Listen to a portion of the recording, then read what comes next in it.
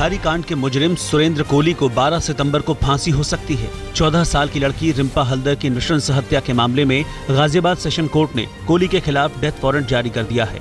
CBI सूत्रों के मुताबिक कोली के नाम मौत का वारंट एडिशनल सेशन जज अतुल कुमार गुप्ता ने जारी किया है। डेथ वारंट यूपी सरकार को भेज दिया गया है। गाजियाबाद जेल में बंद कोली को 4 अन्य मामलों में भी सजाए मौत मिली है। सूत्रों के मुताबिक कोली को 12 सितंबर को फांसी हो सकती है, लेकिन आखिरी फैसला यूपी सरकार को लेना है। जम्मू कश्मीर का एक बड़ा हिस्सा लगातार बारिश से बाढ़ की चपेट में आ गया है। कश्मीर में 48 घंटों में जबरदस्त बारिश हुई है, जिससे हालात अस्त व्यस्त हो गए हैं।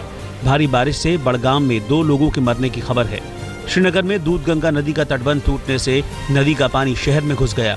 यहाँ तक कि श्रीनगर के बोन एंड जॉइंट हॉस्पिटल में भी पानी घुस गया। मरीजों को बचाने के लिए रेस्क्यू टीम को आना पड़ा।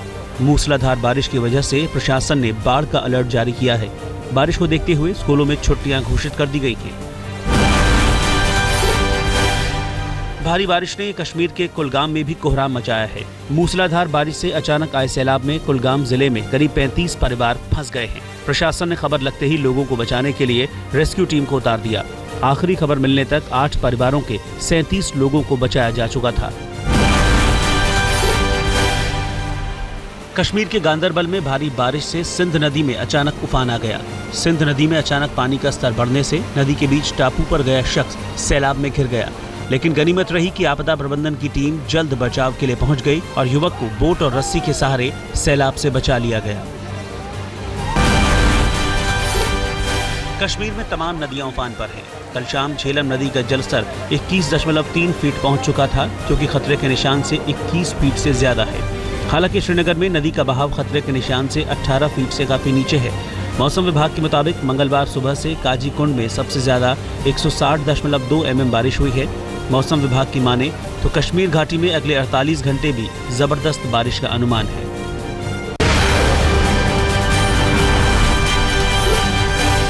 बीजेपी अध्यक्ष अमित शाह आज मुंबई पहुंच रहे हैं। शाह के स्वागत में बीजेपी ने मुंबई की सड़कों को बड़े बड़े पोस्टर्स और बैनर से सजाया है। शाह सुबह 10 बजे मुंबई पहुंचेंगे और बीजेपी नेता विनोद तावड़े के निवास पर पार्टी की राज्य कोर कमेटी की बैठक लेंगे। दोपहर 1 बजे लंच के लिए वो बीजेपी सांसद पूनम महाजन के घर जाएंगे। शाम 5 बजे माटुंगा के षणमुखानंद हॉल में पार्टी पदाधिकारियों को संबोधित करेंगे। शाम को गणपति मंडलों का भी दौरा करेंगे। अमित शाह के शिवसेना अध्यक्ष उद्धव ठाकरे के निवास मातोश्री जाने का कार्यक्रम न होने से सियासी अटकलें भी शुरू हो गई थी। कल तक मोदी जब आते थे तब जाते थे, अटल बिहारी से वाजपेयी से लेकर मोदी तक जाना आना हुआ है। जब मोदी अनशन के लिए बैठे थे तो पूरा हिंदुस्तान उनके खिलाफ बैठा था। अकेले बाला साहब ठाकरे जो थे, उन्होंने उद्धव जी को अपने दौरे से वापस बुला के गुजरात भेजा था और कहा था मैं तुम्हारे साथ हूँ। ऐसा दिलदार साथ देने वाला, मर्द की साथ देने वाली शिवसेना जब उनके साथ है तो उसका सम्मान अमित शाह जरूर करेंगे, क्योंकि वो माहिर है हिंदुत्व क्या है, किससे क्यों झगड़ना चाहिए, वो अच्छी तरह से जानते हैं। टीम राहुल पर निशाना साधने वालों पर कांग्रेस के भीतर से ही पलटवार शुरू हो गया है। सूत्रों के मुताबिक राहुल की टीम से कांग्रेस के मुख्य संगठन में आए 15-20 सचिवों ने पिछले कई दौर की बैठकों के बाद एक खत तैयार किया है, जो पार्टी के महासचिवों और कार्य समिति के नेताओं को भेजा जाएगा। इनमें इन सभी सचिवों के दस्तखत भी होंगे। खत में लिखा गया है कि पिछले कई सालों में पार्टी में जो फैसले लिए गए हैं उसमें सभी वरिष्ठ नेताओं की भूमिका रही, इसीलिए नतीजों की जिम्मेदारी भी सामूहिक होनी चाहिए। कोई रिवोल्ट नहीं है और इस मामले में अभी मुझे मेरे संज्ञान में नहीं आया है कि ऐसा कुछ सेक्रेटरीज ने ऐसा कोई निर्णय लिया है। टीएमसी पर निशाना साधने के चक्कर में कल पश्चिम बंगाल के कांग्रेस अध्यक्ष अधीर रंजन चौधरी ऐसा कुछ बोल गए जिससे सियासी बवाल खड़ा हो सकता है। शांति निकेतन मेला ग्राउंड में एक रैली में अधीर रंजन चौधरी ने शारदा चिटफंड घोटाले का जिक्र करते हुए कहा कि टीएमसी पर शारदा के भूत का खौफ है और टीएमसी नेता राजनीतिक एड्स ग्रसित व्यक्ति की तरह प्रतीत होते हैं, जिनके साथ कोई खड़ा नहीं होना चाहता। राष्ट्रपति प्रणब मुखर्जी ने केरल के राज्यपाल पद से शीला दीक्षित का इस्तीफा स्वीकार कर लिया है। राष्ट्रपति भवन से देर रात जारी विज्ञप्ति में ये जानकारी दी गई है। शीला दीक्षित की जगह सुप्रीम कोर्ट के पूर्व chief justice P Sathasivam Kerala के नए राज्यपाल होंगे। केरल के राज्यपाल पद से सेवानिवृत्त होने के बाद शीला दीक्षित आज दिल्ली पहुंच सकती हैं।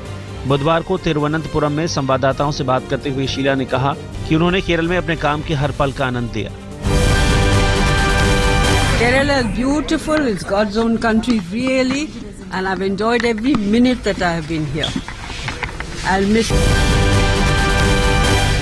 झारखंड के हजारीबाग जिले में हथियारों के साथ पकड़े गए 5 नक्सलियों ने दावा किया है कि उनके संगठन को राज्य के कैबिनेट मंत्री फंडिंग करते हैं। सूत्रों के मुताबिक नक्सलियों ने अपने संगठन का नाम झारखंड टाइगर ग्रुप बताया। नक्सली किस मंत्री की बात कर रहे हैं, इस पर अटकलें चल ही रही थी कि कृषि मंत्री योगेंद्र साहब ने बाकायदा प्रेस कॉन्फ्रेंस बुलाकर सफाई दे दी। उन्होंने आरोप लगाया कि कोयला माफिया और कुछ रसूखदार लोग मिलकर उनके खिलाफ साजिश कर रहे हैं।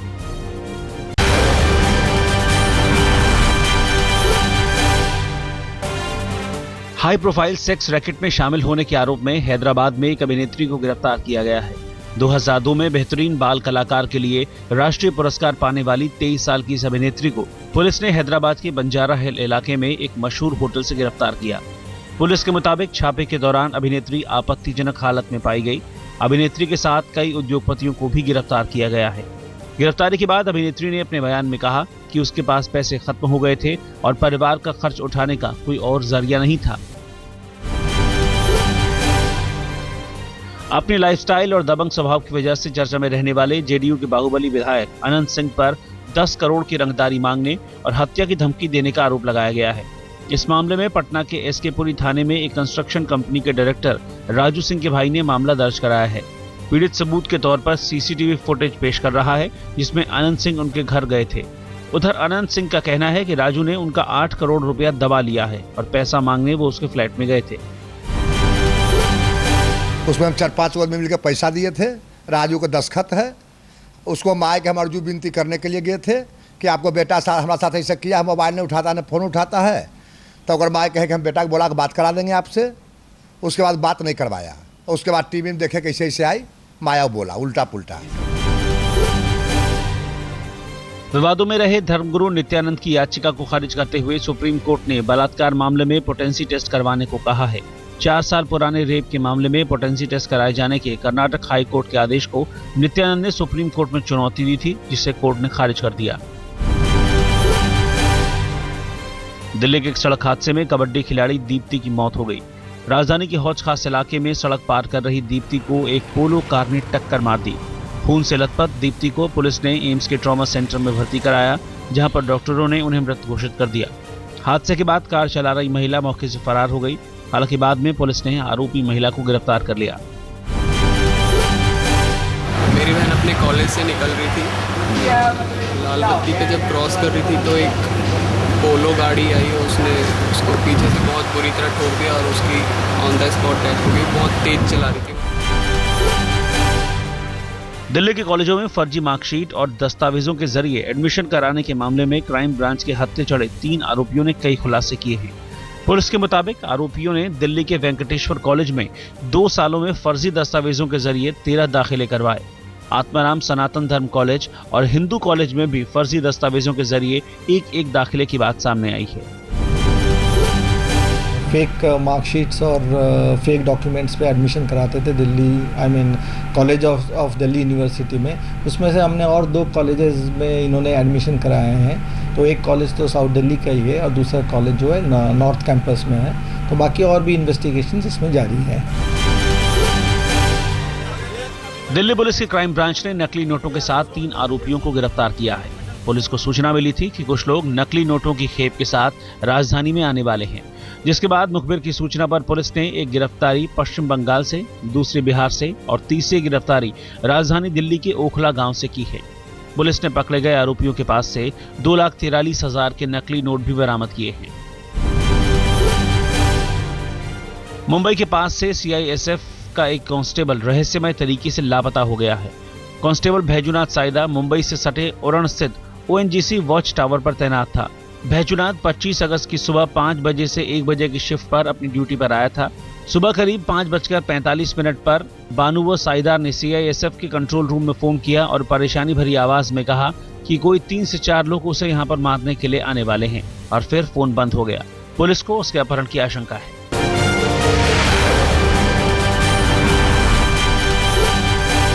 दिल्ली के कनॉट प्लेस में एक मशहूर घड़ी कंपनी रोलेक्स के शोरूम से 9 करोड़ की घड़ियां चोरी होने का मामला सामने आया है।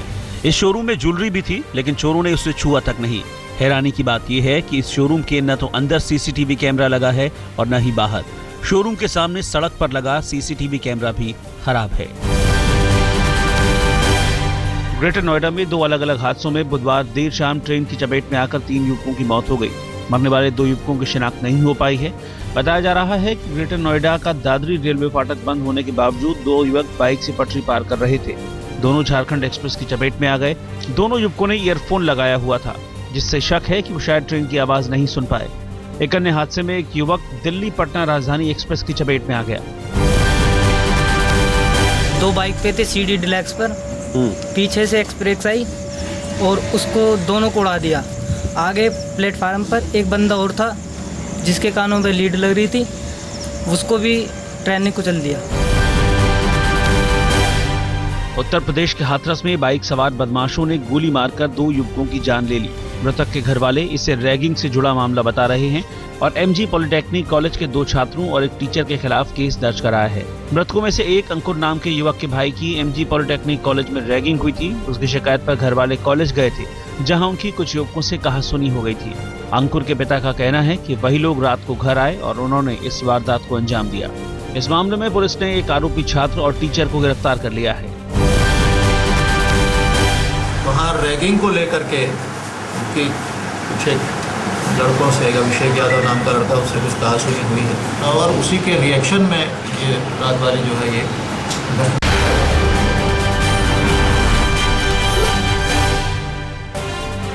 ग्रेटर नोएडा में बदमाशों ने एक रिटायर्ड फौजी को गोली मारकर जख्मी कर दिया। गोली लगने से रिटायर्ड कैप्टन रतन सिंह की हालत चिंताजनक बनी हुई है। रतन सिंह ग्रेटर नोएडा के कमर्शियल बेल्ट में बाजार में घूम रहे थे, तभी घात लगाकर बैठे बाइक सवार हमलावर धुआंधार फायरिंग करते हुए भीड़ भरे बाजार से फरार हो गए। दिल्ली से सटे यमुना एक्सप्रेसवे से गुजर रहे 4 कार सवार एक हादसे में बाल बाल बच गए। दरअसल नैनो कार जब एक्सप्रेसवे से गुजर रही थी तभी इसमें आग लग गई। पल भर में आग पूरी कार में फैल गई। शुक्र है कि कार में सवार 4 लोग कार खाक होने से पहले ही बाहर निकलने में कामयाब रहे। कार सवार दनकौर से दिल्ली जा रहे थे।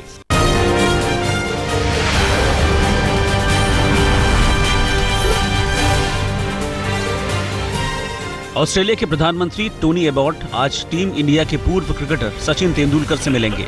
सचिन के साथ एबॉट की मुलाकात में ऑस्ट्रेलिया के पूर्व क्रिकेटर एडम गिलक्रिस्ट और ब्रेट ली भी शामिल होंगे।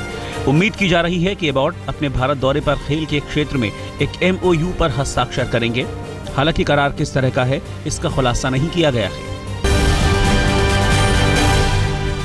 टीम इंडिया के पूर्व स्पिनर नरेंद्र हिरवानी अब मध्य प्रदेश के लिए खिलाड़ियों का चयन करेंगे। भारत के लिए 17 टेस्ट खेलने वाले हिरवानी को मध्य प्रदेश क्रिकेट संघ ने मुख्य चयनकर्ता नियुक्त किया है। फर्राटा धावक उसेन बोल्ट की गेंदबाजी पर फिदा हैं क्रिकेटर हरभजन सिंह। हरभजन ने कहा कि बेंगलुरु में एक प्रदर्शनी मैच में बोल्ट ने जिस तरह की गेंदबाजी की, उससे वो उनके मुरीद बन गए हैं। भज्जी के मुताबिक बोल्ट नेचुरल क्रिकेटर नजर आते हैं। वनडे सीरीज में करारी हार को लेकर इंग्लैंड के कप्तान एलिस्टर कुक पूर्व कप्तानों के निशाने पर हैं। इंग्लैंड के पूर्व कप्तान माइकल वॉन ने कहा है कि अगर कुक कप्तानी छोड़ने से इनकार करते हैं तो उन्हें हटा देना चाहिए। अंतर्राष्ट्रीय स्तर पर पावर लिफ्टिंग में मेडल जीत चुकी अलीगढ़ की मीनाक्षी रानी मुश्किल हालात से गुजर रही हैं। 2011 में एक सड़क हादसे में मीनाक्षी के पति दीपक की मौत हो गई थी और वो खुद भी गंभीर रूप से घायल हो गई थी। मीनाक्षी के मुताबिक इलाज में उनका मकान बिक गया और उनके पास गुजारे को कुछ नहीं है। मीनाक्षी के मुताबिक वो अपनी तकलीफों से उत्तर प्रदेश के मुख्यमंत्री अखिलेश यादव और सूबे के खेल मंत्री नारद राय को भी अवगत करा चुकी हैं, लेकिन उन्हें कोई मदद नहीं मिली है। फिलहाल मीनाक्षी कपड़े सिलकर अपना और अपने बच्चों का पेट भर रही हैं।